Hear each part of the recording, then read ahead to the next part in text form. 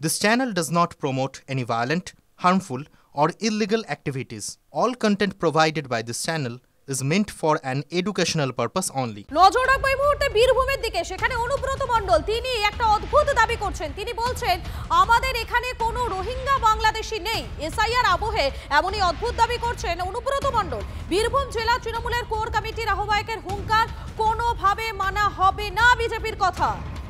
আমাদের এখানে কেউ বাংলাদেশি নাই, আমার এখানে কেউ রোহিঙ্গা নাই, আমার এখানে মায়ানমার নাই। তুমি যা বলবে তাই আমরা মানব না। তুমি মমতা ব্যানার্জির উন্নয়নের কাছে হেরে গেছো, তুমি মমতা ব্যানার্জিকে পারছো না। তুমি ভাবলে আমি এসআইআর করব, ঘুরে বালি করতে দেবো না, এসআইআর করতে দেবো না, এনআরসি। কেউ জেলে থাকবে না, তারা পশ্চিম বাংলার মাটিতে থাকবে। 26-এ মমতা ব্যানার্জি আসছে। মমতা ব্যানার্জি যত ভোটে জিতবে তত তোমরা ভয় পাবে। আবার মমতা ব্যানার্জি 26-এর ইলেকশনে ব্যাপক ভোটে জয়লাভ করবে এবং 230টা সিট নিয়ে আসবে। আপনারা শুনলেন অনুব্রত মণ্ডল তিনি ঠিক কি দাবি করছেন। দেখুন, এই যবে থেকে এসআইআর শুরু হয়েছে তবে থেকেই আমরা একদিকে দেখেছি হাকিমপুর সীমান্ত, সেখানে পুশব্যাকের যে সংখ্যা সেটা দিনের পর দিন বেড়ে গিয়েছে। সেখানে আমরা দেখেছি বাংলাদেশিরা কিভাবে তারা সেই সীমান্ত পারের জন্য অপেক্ষায় ছিলেন দিনের পর দিন, সেই ছবিটা আমরা দেখেছি। এছাড়াও বিভিন্ন জায়গা থেকে কখনো ভুয়ো বাবা সাজিয়ে বাংলাদেশি তিনি ভোটার তালিকায় নাম তুলেছেন। শুধুমাত্র ভোটার তালিকা নয়, তার কাছে আধার কার্ড, পাসপোর্ট সবই তিনি জোগাড় করে নিচ্ছেন। আর যখন এসআইআর চলার সময় এই ধরনের বিষয়গুলো সামনে আসছে, যখন একটার পর একটা বাংলাদেশি পাড়া খালি হয়ে যাচ্ছে বলে দাবি করা হচ্ছে স্থানীয় বাসিন্দাদের পক্ষ থেকে, রাজ্যের বিভিন্ন প্রান্ত থেকে যখন এই ছবিটা উঠে আসছে, তখনই অনুব্রত মণ্ডল তিনি একটা অদ্ভুত দাবি করছেন। তিনি বলছেন আমাদের এখানে কোনো রোহিঙ্গা বাংলাদেশি নেই। আর এসআইআর আবহে অনুব্রত মণ্ডলের এই দাবির পরে কিন্তু উঠছে একাধিক প্রশ্ন। বীরভূমের জেলা তৃণমূলের কোর কমিটির আহ্বায়কের হুঙ্কার, কোনোভাবে মানা হবে না বিজেপির কথা। কিছুক্ষণ আগে আপনাদের বলছিলাম না যে ভারতীয় হচ্ছে ছেলে এবং বাবা হচ্ছে তোমার বাংলাদেশি, একাধিক এই ধরনের খবর উঠে আসছে। ঠিক তেমনি ভারতীয় বাবার বাংলাদেশি ছেলে। এসআইআর আবহে না জানি আর কি কি দেখতে হবে বলুন তো। এটা হচ্ছে বসিরহাটের হিঙ্গলগঞ্জ বিধানসভার বরুণহাট রামেশ্বরপুর পঞ্চায়েতের 45 নম্বর বুথের ঘটনা। সেখানে বাংলাদেশি মোশাররফ হোসেন গাজী তিনি থাকেন, তবে বেআইনিভাবে ভারতে ঢোকে মোশাররফ। এপারে এসে ব্যবসা করে এলাকায় এক মহিলাকে বিয়েও করে সে। এলাকার মুমতাজ গাজীকে বাবা সাজিয়ে ভোটার লিস্টে নাম তোলে সে।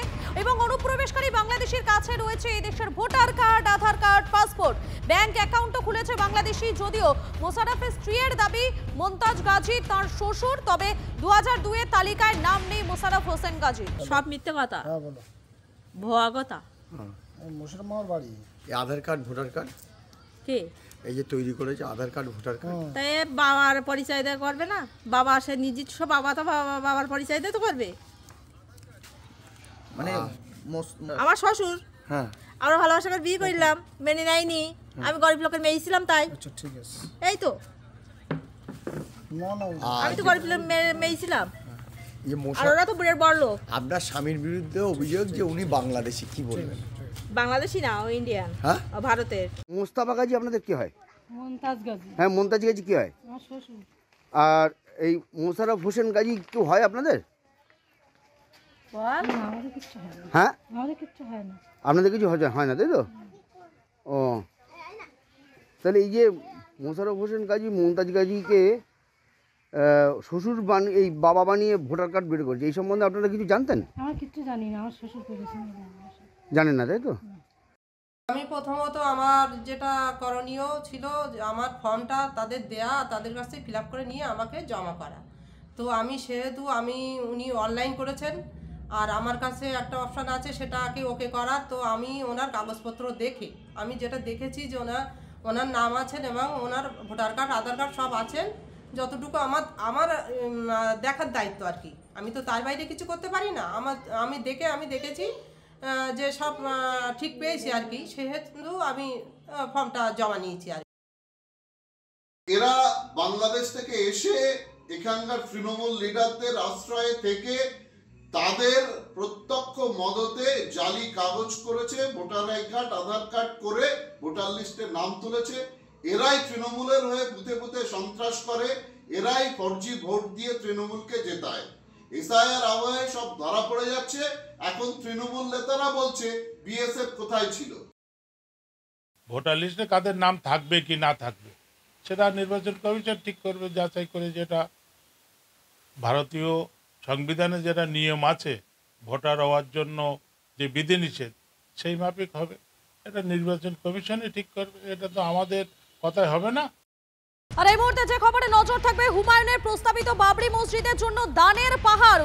মসজিদের জন্য 11টি বাক্সে টাকা জমা পড়েছে এবং সেই জমা পড়া টাকাটার গোনার জন্য ইতিমধ্যেই মেশিন আনা হয়েছে। 7টি বাক্সের টাকা গোনা শেষ হয়েছে ইতিমধ্যে, এখনো 4টি বাক্সের টাকা গোনা বাকি রয়েছে। আপনাদেরকে দেখাচ্ছি সেই ছবি, দেখতে পাচ্ছেন আপনারা।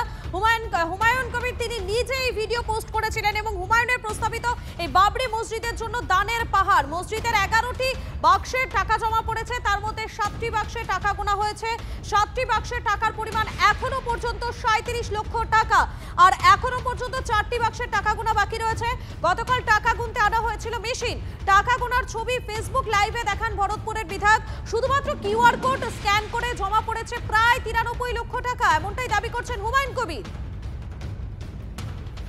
হুমায়ুনের প্রস্তাবিত বাবরি মসজিদের জন্য দানের পাহাড়। মসজিদের জন্য 11টি বাক্সে জমা পড়েছে টাকা, তার মধ্যে 7টি বাক্সের টাকা গোনা হয়ে গিয়েছে। 7টি বাক্সে টাকার পরিমাণ প্রায় 37 লক্ষ টাকা। এখনো পর্যন্ত 4টি বাক্সের টাকা গোনা বাকি রয়েছে। গতকাল থেকে টাকা গুনতে আনা হয়েছিল মেশিন। টাকা গোনার ছবি ফেসবুক লাইভে দেখান ভরতপুরের বিধায়ক। শুধুমাত্র কিউআর কোড স্ক্যান করেই জমা পড়েছে 93 লক্ষ টাকা, দাবি করছেন হুমায়ুন কবির। ব্যাংকের একটা লিমিট থাকে, তো কত লিমিট? প্রতিদিন 20 লক্ষ টাকা এন্ট্রি করার মতো লিমিট করা ছিল। কালকে একই দিনে 20 লাখ টাকা ঢুকে গিয়েছিল বিভিন্ন জায়গা থেকে। তারপরে ব্যাংক থেকে আমাকে যোগাযোগ করে যে আজকে আর টাকা নিতে পারছে না। পরে আবার ওনাদের সঙ্গে চিফ ম্যানেজারের সঙ্গে যোগাযোগ করে ওই লিমিটটা পার ডে 40 লাখ করা হয়েছে।